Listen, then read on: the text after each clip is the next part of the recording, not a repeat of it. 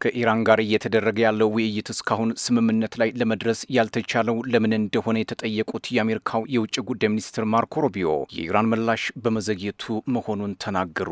የቀድሞው የኢራን የውጭ ጉዳይ ሚኒስቴር ቃል አቀባይ ናስር ከናኒ ሀገራቸው ከአሜሪካ ጋር በኑክሌር ፕሮግራሟ ዙሪያ በምታደርገው ቀጥተኛ ያልሆነ ውይይት ላይ የተወሰኑ መሻሻሎች ቢመዘገቡም የመጨረሻው ስምምነት ላይ ለመድረስ ግን የተቃረበ ነገር የለም ሲሉም አስታወቁ።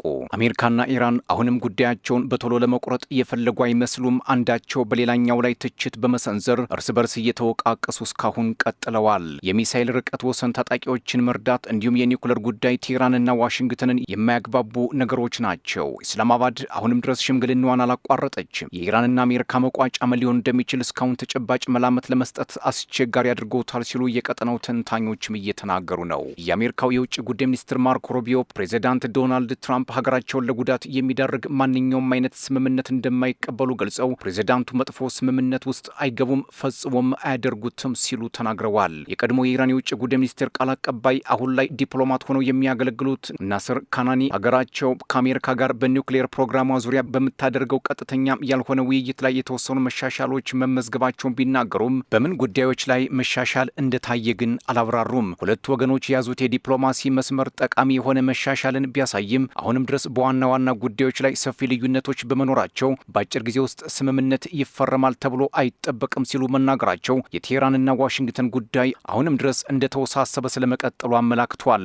ኢራን ማዕቀቦች ሙሉ በሙሉ እንዲነሱላት የምትፈልግ ሲሆን ዋሽንግተን በበኩሏ የቴህራን የኒውክሌር ማበልጸግ ሂደት በአስቸኳይ እንዲገታ ጥብቅ ፍላጎት አላት። ይህ ጉዳይ ሀገራቱ በተለያየ መንገድ ላይ እንዲቆሙም አድርጓቸዋል። በፓኪስታን አሸማጋይነት ከአሜሪካ ጋር የሚደረገው ውይይት መሻሻል ቢያሳይም ስምምነት ላይ ለመድረስ ግን የተቃረበ ነገር የለም ስትል ኢራን መናገሯ ነገሩ አሁንም ውስብስብ ጉዳዮች እንዳሉበት ጠቋሚ ነው። በሌላ በኩል የኢራን የውጭ ጉዳይ ሚኒስቴር ቃል አቀባይ እስማኤል ባጋይ ሀገራቸው በፓኪስታን አሸማጋይነት ከአሜሪካ ጋር በምታደርገው ውይይት በትልቁ የውይይት አጀንዳ ላይ የተወሰኑ መሻሻሎች መታየታቸውን አስታውቀዋል። ነገር ግን ይህ መሻሻል መታየቱ የስምምነት መፈራረም ተቃርቧል የሚል ትርጉም እንደማይኖረው ግን በጥብቅ አሳስበዋል። በሁለቱ ሀገራት መካከል ባሉ መሰረታዊ ጉዳዮች ላይ አሁንም ተጨማሪ ንግግሮች እንደሚያስፈልጉም ጠቁመዋል። የአሜሪካ የውጭ ጉዳይ ሚኒስትር ማርኮ ሩቢዮ በበኩላቸው ከኢራን ጋር ከስምምነት ለመድረስ የሚደረገውን ጥረት በተመለከተ በሰጡት መግለጫ በአሁኑ ወቅት በጣም ጠንካራ የሆነ የውይይት እቅድ በጠረጴዛ ዙሪያ መቅረቡን ከመናገር አልሸሸጉም። አሜሪካና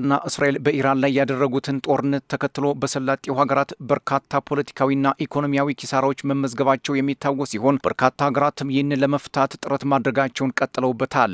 በቴህራንና ዋሽንግተን መካከል ያለውን ርቀት ለማቀራረብ የተለያዩ ድርድሮችን እያካሄዱ የሚገኙት የፓኪስታን ጠቅላይ ሚኒስትር ሸህባዝ ሻሪፍ ከሀገሪቱ ከፍተኛ ተደራዳሪ ፊልድ ማርሻል አሲም ሙኒር ጋር በመሆን በቤጂንግ ስለ ቀጠናው ጉዳይም ተወያይተዋል። ሻሪፍ በቤጂንግ ከፕሬዚዳንት ሺጂፒንግ ጋር ያደረጉት ስብሰባ ቀደም ብሎ ከቻይናው ጠቅላይ ሚኒስትር ሊቺያንግ ጋር ካደረጉት ውይይት ቀጥሎም እየተደረገ መሆኑ ታውቋል። የመካከለኛው ምስራቅ ጦርነትን አስመልክቶ ቤጂንግ ከበርካታ ጎምቱ መሪዎች ጋር መምከሯም የሚታወስ ሲሆን ትራምፕና ፑቲን ከዚህ ቀደም በቤጂንግ በቀጠናው ጉዳይ በቅርቡ መወያየታቸውም የሚዘነጋ አይደለም። ቤጂንግ በአንድ በኩል የዓለም ልዕለ ኃያልነትን በሌላ በኩል ደግሞ የዲፕሎማሲ አማራጭን በማሳየት የዓለምን ትኩረት ስባለች የሚሉም አልጠፉም። የአሜሪካና ኢራን ጉዳይ ከሁለቱም ባለስልጣናት በሚሰጡ መግለጫዎች ወደ ሰላም ለሚደረገው ጉዞ እንቅፋት እንደሚፈጥር ፖለቲከኞች ከወዲሁም እያስጠነቀቁ ነው። የኢራን የውጭ ጉዳይ ሚኒስቴር ቃል አቀባይ እስማኤል ባጋይ ከአሜሪካ ጋር ሊፈረም በሚችለው የመግባቢያ ስምምነት ዙሪያ በብዙ አጀንዳዎች ላይ የጋራ መደምደሚያ ላይ መድረስ ተችሏል። ይሁን እንጂ ይህ ስኬት የመጨረሻው ስምምነት የመፈራረሚያ ጊዜ መቃረቡን እንደማያሳይ መናገራቸው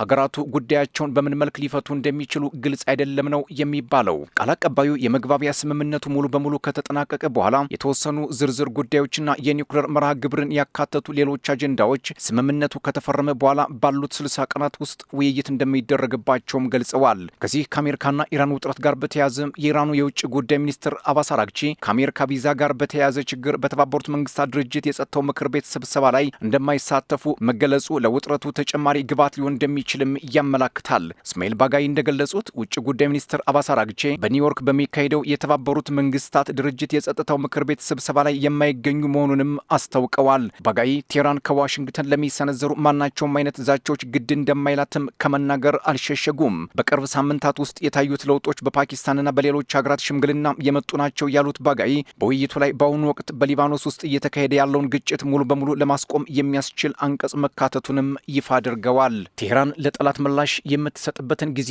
ልክ ቀደም ሲል እንደተደረገው ሁሉ በጥንቃቄ እንደምትመርጥ የገለጹት ባጋይ በዚህ ደረጃ ደረጃ ላይ ስለ ኒውክሌር ጉዳይ እያወራን አይደለም። ዋናው ትኩረታችን በአሁኑ ወቅት የተከፈተውን ጦርነት ማቆም ላይ ብቻ ነው ሲሉ የሀገራቸውን ወቅታዊ አቋም ግልጽ አድርገዋል። አሜሪካና ኢራን በቶሎ ወደ ስምምነት በመምጣት ብሎም የሆርሙዝን ሰርጥ እንዲከፈት በማድረግ የዓለም የኢኮኖሚ መረጋጋትና ሰላም ወደ ነበረበት እንዲመልሱ በርካታ ምሁራን ውትወታቸውን መቀጠላቸውንም አልጀዚራ አስነብበዋል።